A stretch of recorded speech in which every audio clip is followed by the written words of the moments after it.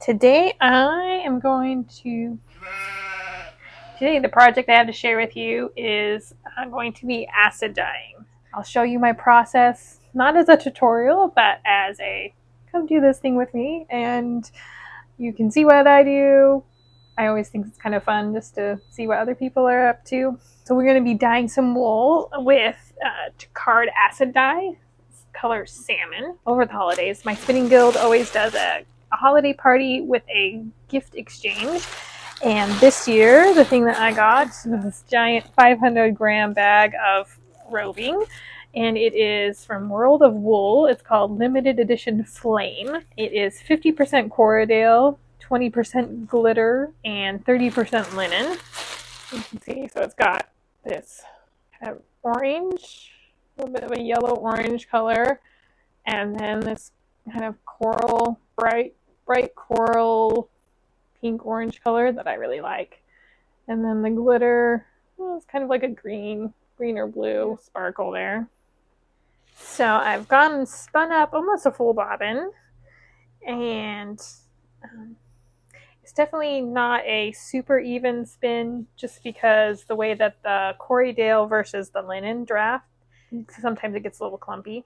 It's not to say that I don't like spinning it. It's never going to be a super even because the nature of the different fibers that are in the blend. I tried out spinning just pulling from the roving and also spinning from the fold, and I think I've decided that I like spinning from the fold better, just a little bit easier since it is a little more difficult to draft the different fibers. And that's what it's looking like, because I wasn't sure whether I wanted to play it on itself or play it with something else. So here's what it looks like just plied on itself. I think it looks fine plied on itself, but I was a little disappointed how it seems to emphasize more the duller orange color and not as much as that bright coral. After I tried playing it on itself and saw that the colors were not as bright as I was hoping, I remembered that I had some long wool that I had dyed with food coloring a while back.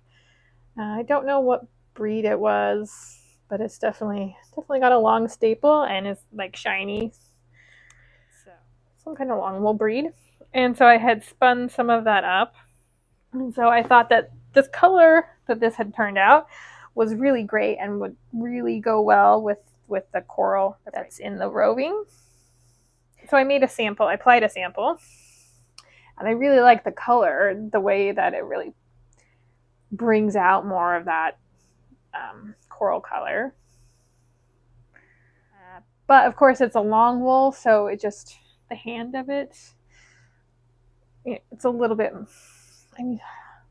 wiry. It's not wiry, but it's just stiffer.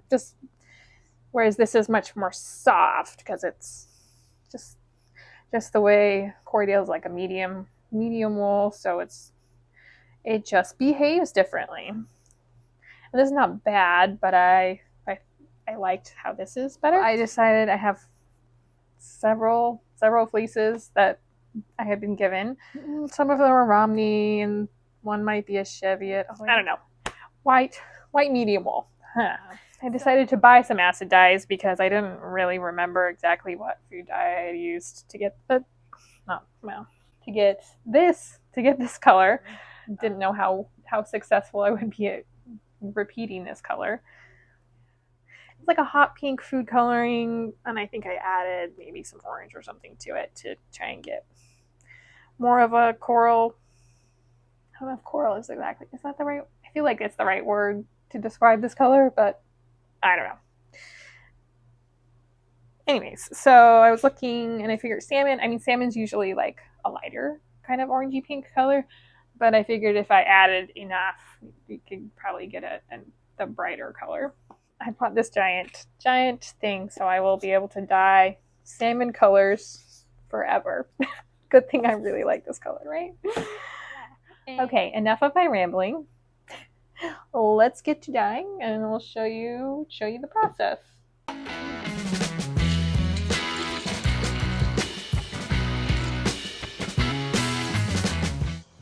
Let's move this so we don't dribble water all over the floor and get my socks on it.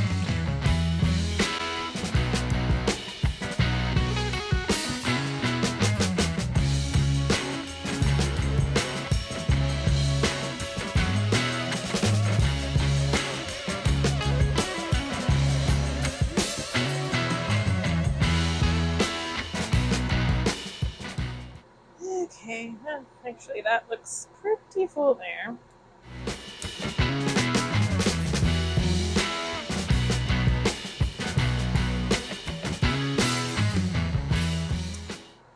Okay, I guess I will fill this pot up more.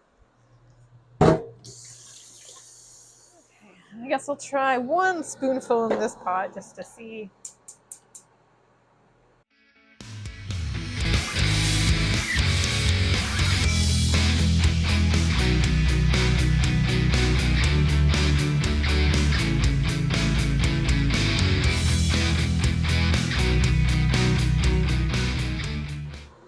Okay, so that is that. I'm going to go grab my wool bin so I can get some more wool soaking. Let's see. So I don't have any more of that fleece, but I've got 2 other white fleeces in this bin and a whole other bin with other fleeces. And this one, I'm going to guess this one's a Romney. Not sure what the other one was. Okay, so this simmered for 30 minutes, so I'm going to go ahead and take it out. So this one I put 2 spoonfuls in. Definitely seems to have given a really bright color. There's still some dye left in the dye pot, so it did not completely exhaust, but that's okay. We'll add in some more wool, and so I'm going to let this cool off, and then I'll rinse it out.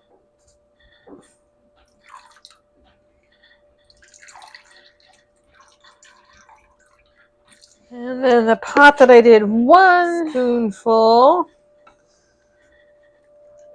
I'd say it looks fairly similar in color, but I think it exhausted the dye bath better. Probably do about one spoonful for the rest of the wool that I'll dye. So you can see there that was the pot with 2 spoonfuls. It definitely did not exhaust. And this was the pot with just 1 spoonful. And that, there's a tiny bit of dye left, but it mostly exhausted. And it all looks fairly similar color. I'm just gonna add more wool to the dye bath that did not exhaust. Probably get a lighter color than out of that.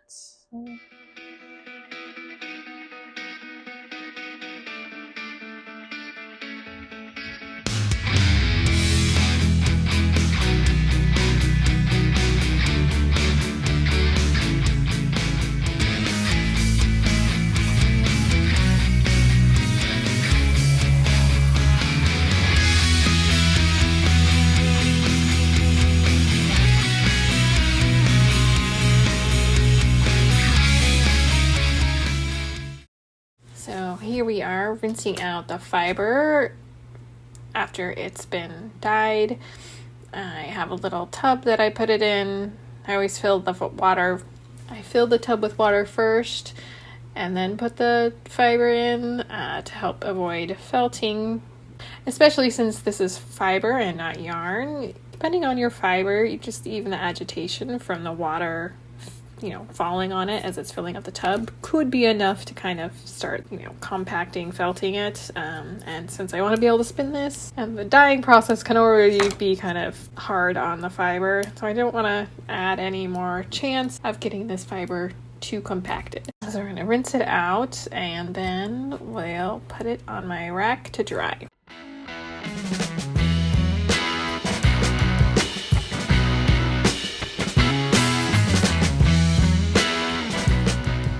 Here are the results of our dyeing project.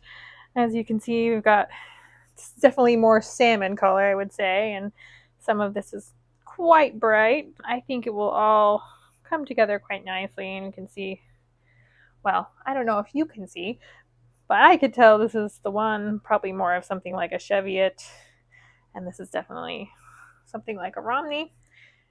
I always like color variation, kind of heathered yarns and things, so I am not bothered at all by the fact that they're different colors. I did finally go through and weigh how much floof I have here, since I didn't weigh it beforehand, and it is approximately 1,000 grams. And I didn't bother converting that into like ounces. I'll probably put it on the screen because yes, I am American, but I don't know. The roving came in a thing marked with grams, so I just decided to measure this in grams too. I don't know. So I have much more floof that is escaping everywhere. Usually I've just, hand picked the fleece open and put it into my drum carder. And then if there's things I have to pick out, then I pick it out while I'm spinning, but that's kind of annoying. And so I tested it out the last few bats I made. I flicked them open first and then put them through the carder. And that just made for a much more enjoyable spinning experience. I mean, it's definitely not a fast way, but I don't know what part of this craft is fast. If I wanted fast, I should just go buy a finished object, right? Or at least start with the yarn. Mini Mountain of Floof. It's such a pretty color. When I get around to start processing this, I will definitely film that, and that will be a future video. If you enjoyed this video and want to see more in the future, don't forget to like and subscribe. And thanks for watching.